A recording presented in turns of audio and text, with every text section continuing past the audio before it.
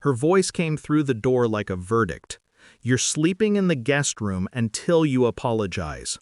The hallway light carved her silhouette sharp against the frame. No hesitation, no warmth, just a CEO issuing an order. I stared at her for a moment, long enough for her to think I might argue. "All right," I said. One word, flat.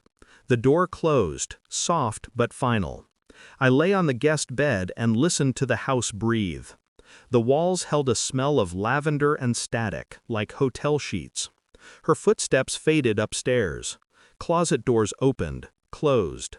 Something slid across hangers. I watched the ceiling fan spin, each blade a slow tick. The room wasn't unfamiliar, but tonight it felt like exile. And I knew, as I stared into the dark, that exile had its uses. She thought she was punishing me. She didn't know she'd just given me space to move. It had started 3 weeks earlier with a phone left unlocked on the marble counter. Her phone. A message preview, half a name, a fragment of a sentence, slipped under my eyes before she snatched it up. She smiled too quickly. "Work," she'd said, sliding the device into her blazer. Always work. The smell of cologne on her jacket wasn't mine. The meetings ran later. The showers grew longer. The eye contact shorter. But I didn't accuse. I archived.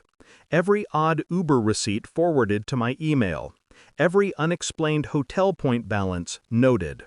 Every glance at her reflection when she thought I wasn't looking, memorized. At night she'd scroll in bed with the screen angled away. Sometimes she'd smile, small, private smiles she never gave me anymore. I slept beside her then, eyes closed, heart awake. The betrayal wasn't confirmed yet, but it was already breathing in the room like a second presence. I began to move like an accountant of sin.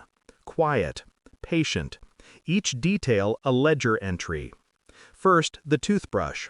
A single blonde hair curled at the base. She's dark-haired. Then the receipts. 2 dinners for 2, both under her corporate card, both in cities she wasn't supposed to be in. Then the dry cleaning. Men's shirts with her ticket stapled. I ordered a DNA kit. Not for a child, we never had one, but for the sheets.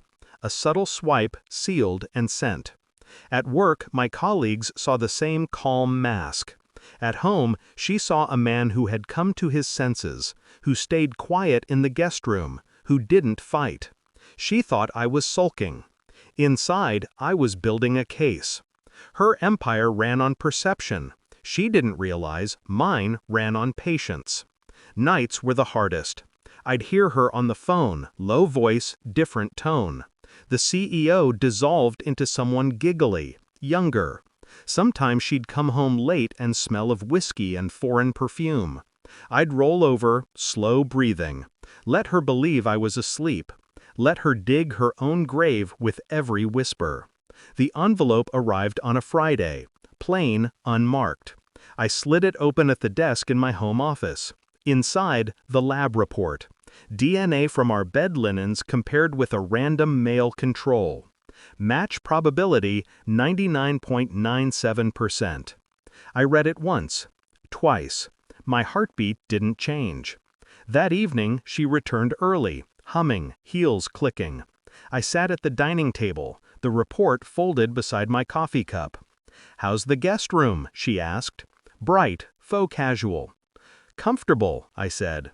She tilted her head, sensing nothing. I slid the paper across the table. She picked it up, scanning, her face draining of color line by line. No questions from me, no theatrics, just her, caught in the fluorescence of the truth. "Where did you—" she started.